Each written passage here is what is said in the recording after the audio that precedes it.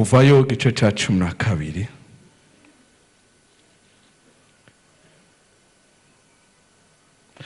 umurongo wa 11. Nagumye ngeragezwa kugisoma cyose, mugabo umwanya ni mutoye, ngo byaba byiza ufashe umwanya kugisoma uri muhira. Imana ibahezagire. Handitswe ngo uko bariko muzozirya muze muzirye mukenyeye, mwambaye inkweto, mufashe inkoni mu minwe, muze muzirye vuba na vuba. Iyo niyo Pasika yanje jewe Uhoraho. Kuko muri iryo joro nyene nzoca mu gihugu ca Egiputa, nkica abana bose b'imfura bo mu gihugu ca Egiputa, uhereye ku muntu no ku gitunzwe. Kandi imana z'abanyegiputa zose amateka nziciriye ko zose nzoyashitsa nduhoraho. Ayo maraso azobabera ikimenyetso ku mazu murimo, nanje nzobona ayo maraso. Aho nzobona ayo maraso nzobarengana, nta cago kizobazako ngo kibarandure igihe nzotera igihugu ca Egiputa. Kuri uyu mugoroba mbere ko wakira kuri aya meza, nagomba ndakwibutse ko Pasika ari igihe ingorane zawe zagira ingorane.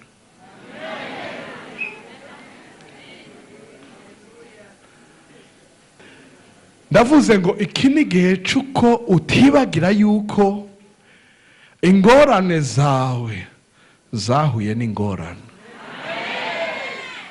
Abantu bavyizeye bashika 10 gusa, abasigaye ntavyo bizera.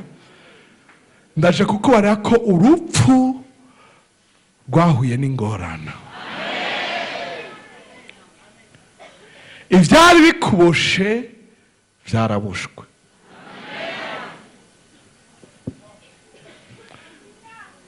Namwe utavuze amen kuri iri jambo sinzi irindi urorereye. Namwe utitabiriye ibi ngo uvuge ngo nivyo sinzi ikindi urindireye, kuko turahejeje. Mvuze ngo turahejeje, uvuga amen.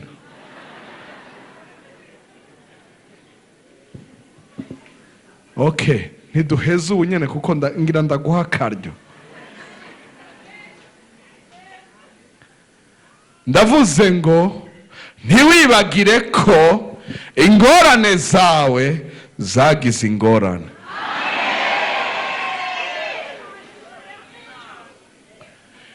Bibiliya yatubariye ngo imana z'abanyegiputa ndaziciriye ku rubanza. Igihe Imana yatuma Mose kubohora Abisirayeli, yaramubwiye ngo ugende usange Farawo ku ruzi. Azoba azindutse kare ku ruzi. Basenga ibiyoka, basenga ibikoko, basenga ingona. Umwami ntiyarabuza amazi mu nzu, yarazindutse kare kwambaza imana ziwe. Benshi Mose agenda aramubwira, yariko arabwira iyo mana y'Abanyegiputa ngo rekura Abaheburayo. Imana y'Abaheburayo yantumye, rekura abantu banje baje kwikorera.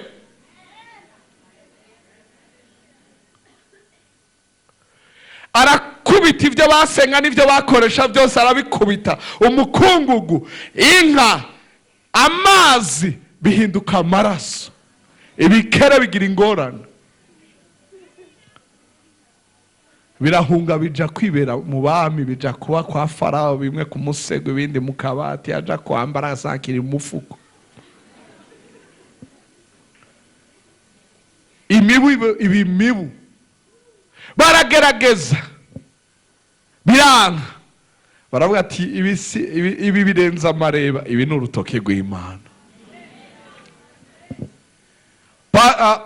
Farashishikara kunanara, arankara, komantaza umutima, biragorana. Hanyuma Imana ibwira Mose ngo mwebwe murondere umwagazi gusa, hanyuma mwiyugarane mu nzu murindire, iri joro hari icyo nza gukora.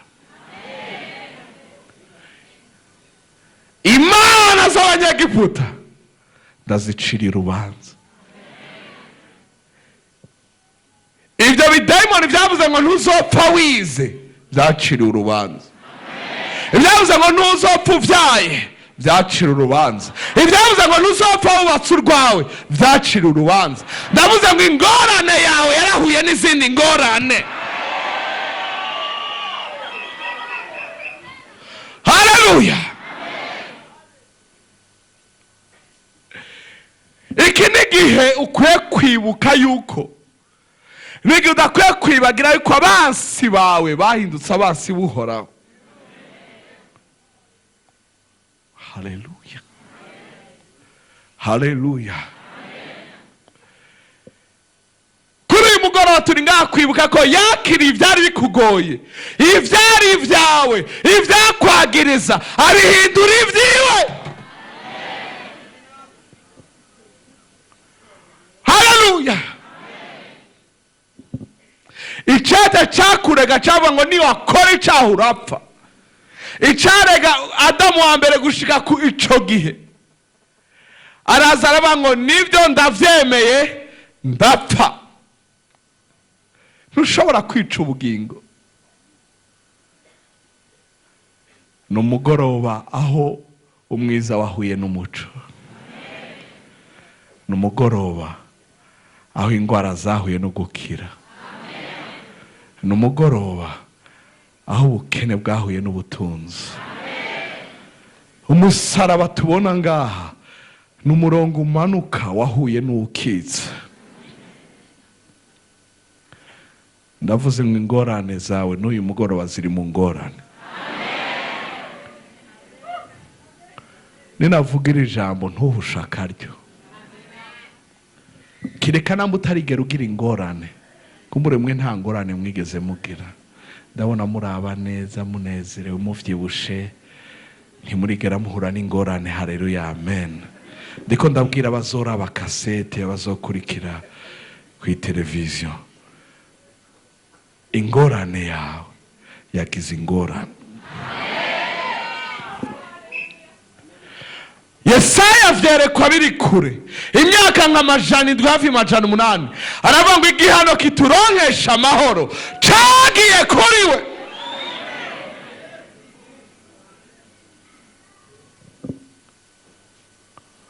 Haleluya. Ivyo vyagenze gute? Bakiriye umwagazi wo kurengana, umwagazi wa Pasika.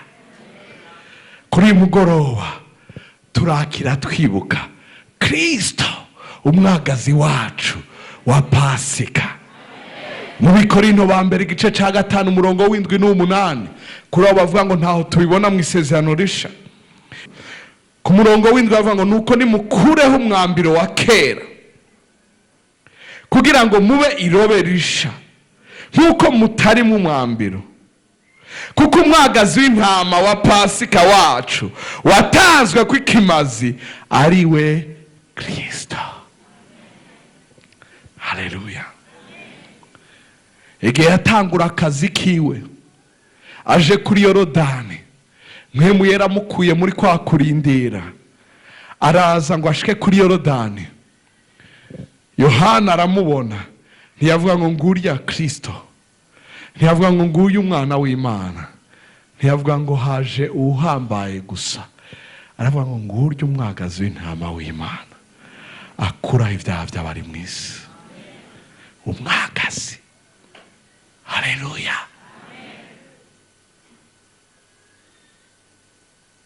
Baragenda barondera ngo avuke nk'abandi bana, baja kurondera aho yovukira, barabankira batazi ko Imana ari yabipanze. Avukira mu bwato bw'inka, avuka nk'iyindi myagazi yose. Haleluya. Bararindira ko dogiteri ginekologe aza kuraba ko umwana akomeye na pediatre, bazabona haje abungere baza kwespekta umwagazi wavutse. Ntiyavukira i Yerusalemu, ntiyavukira i Nazareti, avukira i Betelehemu. Aho imyagazi yatangirwa i Yerusalemu niho yororerwa. Umwagazi watangirwa i Yerusalemu bawororeriye i Betelehemu. N'uyu munsi yitwa ikiyaya c'abungere. Abambere baje gusuzuma umwagazi barabungere, kuko nibo bazi kuraba imyagazi, barayimenyere, barayizi. Umwagazi arakura, uwo mwagazi urakura, igihe kirashika uja gutangura akazi. Aza yambaye ikanzu nk'abandi bose, aza afise amaguru abiri nk'abandi bantu bose, aza agendagenda nk'abandi bayuda. Ariko Yohana mubonye mpemu yera aramumanukira, aravuga ngo urya umwagazi w'intama w'Imana akuraho ibyaha by'abari mw'isi. Bukeye bwasubira kumubona ati ngurya umwagazi. Abantu ntibavyumva, arakora, arashishika, arakora. Igihe kirashika, wa mugoroba urashika. Bibiliya yavuga ngo muze mwakire umwagazi atagira agasembwa canke utagira agasembwa. Bategezwa kusuzuma bakaraba. Yesu wanje baramwakira, bamushira abaherezi, baramucira urubanza, baramugaragura, bamushira Kayafa, bati ntibikunda, bamushira Pilato. Pilato arumviriza ati ibintu ni vyanyu vy'abayuda, kandi avuka i Galilaya, ni mumushire Herode. Herode aramugaragura, arahindukiza, asanga nta washa afise bwo kudeklara ko atagasembwa. Amusubiza kwa Pilato. Nguyo baramujana, baramugarukana, baramujana, bamugarukana, bamushikanye kwa Pilato. Aramuraba ati nta kosa afise, akwiye kubambwa. Haleluya. Bafata igisuma kuko nticashobora kumfira, bagikuraho. Bafata Baraba bamukuraho, baravuga ati uyu ni bakwiye kumfira, uyu ni bakwiye gutangwa ku bwanje. Baramugaraguye umwami wanje, baramukweza ubwanwa, baramufunza amaso ngo mfinda ugukubise. Pilato aramubaza vyinshi, nguri umwana w'Imana turarivuze. Arasubira amubaza ibindi, ati regure, naco wiregura. Aranuma. Bibiliya yanje irambwira ngo Pilato acaratangara, kuko ivyo ariko arakora vyari birenze ubwenge bwa Pilato. Yariko arakora ikintu c'imyaka, ikintu kigiye guhindura histoire yose. Kahise kose, amakosa yose yabaye acishayo. Oh haleluya. Acishayo irangi ryiwe ry'amaraso. Yarasambanye, ndabimukuyeko. Yarishe, ndabimukuyeko. Yarivye, ndabimukuyeko. Warafise 0%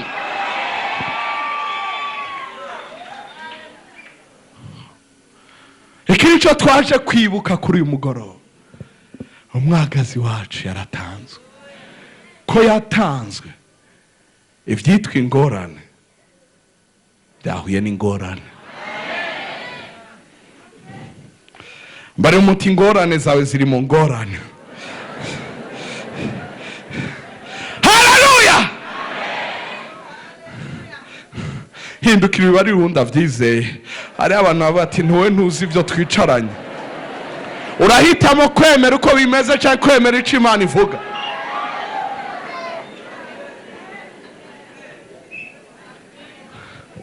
Haleluya.